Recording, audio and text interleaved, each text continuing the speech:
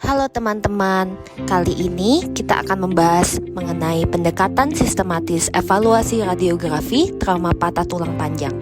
Tulang panjang merupakan tulang yang mempunyai panjang lebih besar daripada lebarnya, dan di ujung-ujung tulang tersebut terdapat tulang spongiosa yang dikelilingi tulang kompakta.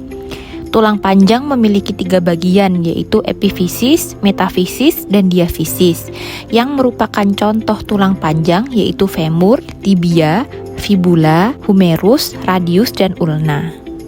Untuk histologi tulang panjang, seperti gambar yang ditunjukkan di sebelah kiri, bisa dilihat ada spongy bone, ada compact bone, periosteum, osteoclast, osteoblast, dan osteocyte. Di mana spongy bone adalah trabecula yang di dalamnya ada marrow, pembuluh darah, kanaliculi untuk komunikasi kavitas antar tulang. Compact bone, osteon sebagai unit fungsional di mana ada kanal Haversian di dalam lamelia. Periosteum adalah layer terluar dengan serabut sharp base pada permukaan untuk repair fraktur. Osteoclast, resorpsi tulang saat pertumbuhan dan remodeling. Osteoblast untuk mineralisasi matriks, osteoid membangun sel tulang. Osteosit adalah osteoblast yang telah terdiferensiasi pada matriks tulang yang mempunyai proyeksi sitoplasmik dengan osteoblast dan osteocytes. Dapat kita lihat pada sebelah kiri terdapat humerus. Humerus merupakan tulang pada lengan yang berartikulasi di bagian proksimal bahu dengan skapula melalui sendi bahu atau sendi glenohumeral, dan bagian distal dengan radius dan ulna melalui sendi siku atau sendi humero-radio-ulnar. Secara anatomi, humerus dibagi menjadi 3 bagian, yaitu bagian atas humerus, korpus humerus, dan bagian bawah humerus. Ujung proksimal humerus memiliki kepala atau kaput humerus, surgical neck, tubercle mayor, dan minor. Dan pada bagian distal humerus terdapat epicondylus lateralis dan medialis, capitulum humeri, dan trochlea humeri. Kemudian lengan bawah dibentuk oleh 2 tulang, yaitu radius dan ulna. Radius adalah tulang panjang yang dalam posisi anatomis terletak di sebelah lateral ulna, sedangkan ulna adalah tulang yang terletak di sebelah medial lengan bawah. Femur adalah tulang regiofemoralis dan merupakan tulang terpanjang pada tubuh. Ujung proksimalnya ditandai oleh suatu kaput dan kolum, dan ada 2 penonjolan besar, yaitu trochanter mayor, greater, dan trochanter minor, lesser. Kaput femoris berbentuk bola dan bersendi dengan acetabulum tulang pelvis. Diikuti oleh persendian knee joint adalah sendi kompleks besar yang menggabungkan antara femorotibial joint dengan 2 condylus femur dan condylus dari tibia. Sendi patellofemoralis juga merupakan bagian dari sendi lutut, di mana pada patella berartikulasi dengan permukaan anterior femur bagian distal. Lalu diikuti lagi tulang tibia, lalu medial malleolus, kemudian tulang fibula, kemudian lateral malleolus dengan sendi tibiofibular joint. Pada bagian ini, kita akan mempelajari radioanatomi persendian ekstremitas atas. Ada wrist joint, elbow joint, dan shoulder joint. Artikulasio radiokarpalia atau wrist joint merupakan salah satu sendi tubuh yang kompleks. Wrist joint sendiri terdiri dari ujung distal radius dan discus articularis ulnaris serta scapuloid, lunatum, dan triquetrum. Artikulasi antara humerus dengan radius dan ulna akan membentuk sendi siku atau elbow joint, yaitu terdiri dari sendi humero-ulnaris dan humero-radialis. Sendi humero-ulnaris dibentuk oleh artikulasi antara trochlea humeri dengan incisura trochlearis pada ulna. Sendi humero-radialis dibentuk oleh artikulasi antara capitulum humeri dengan caput radii. Kemudian kita akan belajar mengenai shoulder joint. Shoulder joint adalah ball and socket joint yang dibentuk oleh kaput humerus dan fossa glenoidalis dari os scapula. Hal ini sering disebut sebagai glenohumeral joint. Fossa glenoidalis berperan sebagai mangkuk sendi glenohumeral yang terletak di superolateral angulus scapula, yaitu pertengahan antara acromion dan processus coracoideus. Sedangkan kaput humeri berperan sebagai kepala sendi yang berbentuk bola dengan diameter kurang lebih 3 cm dan menghadap ke superior, medial, dan posterior. Sendi ankle atau sendi synovial joint yang terbentuk dari 3 persendian, articulatio talocoralis, articulatio subtalaris, dan articulatio tibiofibularis distal. Di sini bisa dilihat mulai dari atas tibia, fibula, kemudian lateral malleolus, diikuti dengan tibiotalar joint, dengan talus, navicula, Kemudian bagian dasar ada base of fifth metatarsal, cuboid, dan bagian tumit calcaneum. Sendi lutut yang terdiri dari femorotibial dan patellofemoral joint adalah sendi engsel. Diikuti oleh femur, lateral epicondyle, medial epicondyle, patella, dan lanjut kepada lateral femoral condyle, medial femoral condyle, head of fibula, intercondylar eminence, fibula, dan tibia. Tulang panggung utamanya ada ilium, ischium, dan pubis. Ketiga bagian tersebut bertemu pada acetabulum, yaitu tempat melekatnya tulang paha, yaitu caput femoralis, yang berbentuk ball and socket joint. Bagian atas juga ada perhubungan antara sacrum dan juga iliac, yaitu sacroiliac joint. Diikuti dengan crest of ilium, ke bawah ilium, kemudian ada posterior inferior spine, greater sciatic notch, acetabulum, femoral head, femoral neck, intertrochanteric crest, greater trochanter, lesser trochanter, ischial tuberosity, obturator foramen, dan femur. Dalam mengevaluasi foto trauma ekstremitas, kita harus memperhatikan beberapa prinsip.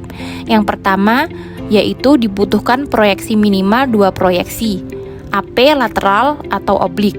Kemudian, bandingkan dengan sisi kontralateral atau sisi yang normal. Selanjutnya, bandingkan dengan foto sebelumnya bila ada untuk mencari patologi yang mungkin mendasari kelainan saat ini. Kemudian, pertimbangkan keluhan yang dialami oleh pasien saat ini dan bagaimana mekanisme traumanya. Yang terakhir, kita harus memperhatikan kualitas foto, yaitu bagaimana posisi optimalnya, apakah ada artefak yang menutupi area yang dicurigai secara klinis. Kaidah BCS A. Alignment. Tulang yang tidak berada dalam posisi yang benar maka dapat kita sebut mengalami malalignment. Malalignment dapat terjadi pada tulang yang patah atau sendi yang mengalami perubahan posisi. B. Bone. Melihat kondisi dari korteks dan medula, apakah normal atau mengalami penipisan, apakah ada destruksi, garis fraktur atau kelainan pada tulang itu sendiri. Bagaimana trabekulasi dari tulangnya, apakah normal atau mengalami osteoporosis. C. Cartilage atau celah sendi. Bisa normal, bisa menyempit, bisa jadi karena penipisan cartilage atau melebar. Ada sesuatu yang mengisi volume pada celah sendi seperti joint effusion, hematrosis. Bisa melihat bahwa ada subluxasi atau dislokasi.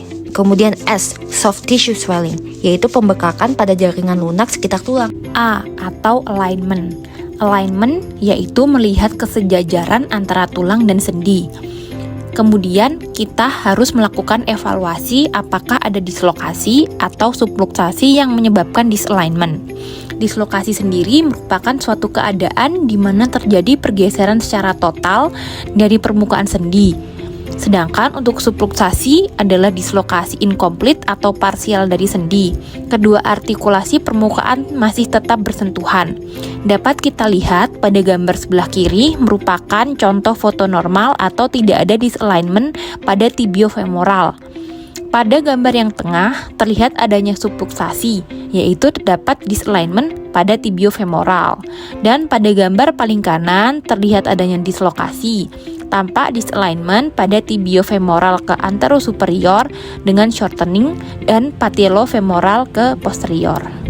Dimulai dari tipe tulang yang mengalami diskontinuitas atau fraktur long bone mencakupi femur, tibia, fibula, dan humerus. Bagian tulang yang terkena bisa epifisis, diafisis, atau fitur spesifik seperti tuberositas, epikondyle. Contoh, fraktur sepertiga distal os humerus. Jenis fraktur dinilai dari complete versus incomplete, di mana complete merupakan patah seutuhnya, incomplete tidak dan biasanya ditemukan di anak-anak. Non-displaced atau stable, atau displaced tidak stabil, di mana beberapa porsi fraktur terpisah atau misaligned. Transverse fraktur tegak lurus dari garis tengah tubuh, di mana linear kebalikannya. Oblique spiral atau seperti helikal biasanya di diafisis tulang panjang dengan mosi memutar. Green stick adalah jenis patah tulang yang paling sering dialami oleh anak-anak. Kondisi ini ditandai dengan tulang lunak fleksibel yang bengkok dan patah namun tak terpisah menjadi 2 bagian. Comminutive or comminuted mencakup fraktur yang lebih dari 3 serta ditandai oleh fragmentasi pada situs tulang. Pada bone, yang perlu dideskripsikan yaitu derajat fraktur, incomplete atau complete. Fraktur komplit terjadi apabila seluruh bagian tulang patah atau terdapat diskontinuitas jaringan luas sehingga tulang terbagi menjadi 2 bagian dan garis patahnya menyeberang dari satu sisi ke sisi yang lain sehingga mengenai seluruh korteks. Sedangkan fraktur incomplete Terdapat diskontinuitas jaringan tulang dengan garis patahan tidak menyeberang sehingga masih ada korteks yang utuh. Kemudian yang perlu dievaluasi yaitu displacement, apakah terdapat pergeseran fragmen tulang. Pergeseran ini dapat dideskripsikan sebagai rotasi, angulasi, atau translasi. C atau cartilage. Pada pemeriksaan X-ray sebenarnya kita tidak dapat melihat cartilage, tetapi pada cartilage kita dapat mengevaluasi celah sendi, apakah terdapat penyempitan atau pelebaran. Pada gambar contoh yang sebelah kiri, terdapat gambaran normal dari celah sendi, tidak ada penyempitan maupun pelebaran. Sedangkan pada gambar yang tengah merupakan contoh gambaran dari penyempitan celah sendi. Penyempitan celah sendi ini dapat ditemukan pada kasus-kasus seperti osteoartritis atau rheumatoid arthritis. Sedangkan untuk gambar yang paling kanan merupakan contoh adanya pelebaran celah sendi. Pelebaran celah sendi ini dapat ditemukan pada kasus efusi atau hemartrosis. Soft tissue swelling, adanya penebalan opasitas terdeteksi pada daerah lesi fraktur di mana jaringan sekitar mengalami inflamasi. Namun, soft tissue swelling pada X-ray tidak spesifik meskipun sensitif. Hasil X-ray adalah marker untuk pemeriksaan penunjang lebih spesifik seperti CT scan atau MRI. Pada bagian ini, kita akan membahas contoh kasus fraktur tulang panjang serta persendiannya. Nah, pada kasus pertama, terdapat foto apelateral dari cruris dextra. Kita akan mengevaluasi berdasarkan ABCS. Yang pertama dari A atau alignment, tidak tampak disalignment pada tibiofemoral dan tibiotalar. B atau bone, yaitu terdapat fraktur os tibia kanan sepertiga medial, komplit transversal dengan translasi displace ke lateral. C atau cartilage, tidak tampak penyempitan celah sendi. Dan yang terakhir yaitu S, soft tissue swelling, tampak soft tissue swelling. Kasus selanjutnya, ayo dilihat yuk. Oke, A. Tidak tampak disalignment pada tibiofemoral joint. B. Fraktur os femur kiri sepertiga medial, komplit spiral dengan translasi displace ke medial dan posterior terhadap segmen proksimalnya. C. Tidak tampak penyempitan celah sendi. S. Tampak soft tissue swelling. Pada kasus ketiga ini terdapat foto X-ray AP lateral dari femur sinistra. Kita akan mengevaluasi berdasarkan sistem ABCS. Yang pertama, alignment. Tampak disrupsi dari center line kiri.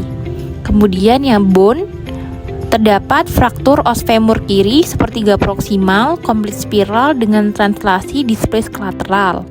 Sedangkan pada C atau cartilage tidak tampak penyempitan celah sendi. Nah, yang terakhir kita akan mengevaluasi soft tissue swelling. Tampak soft tissue swelling. Oke, kita udah sampai ke kasus terakhir. Oke, udah pada bisa ya? Sekarang cocokin ya jawaban kalian dengan jawaban kami. A.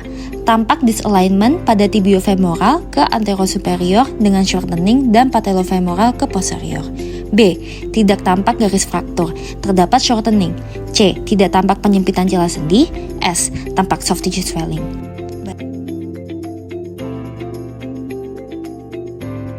Baik, demikian penjelasan kami terkait pendekatan sistematis evaluasi radiografi trauma patah tulang panjang. Semoga bermanfaat ya.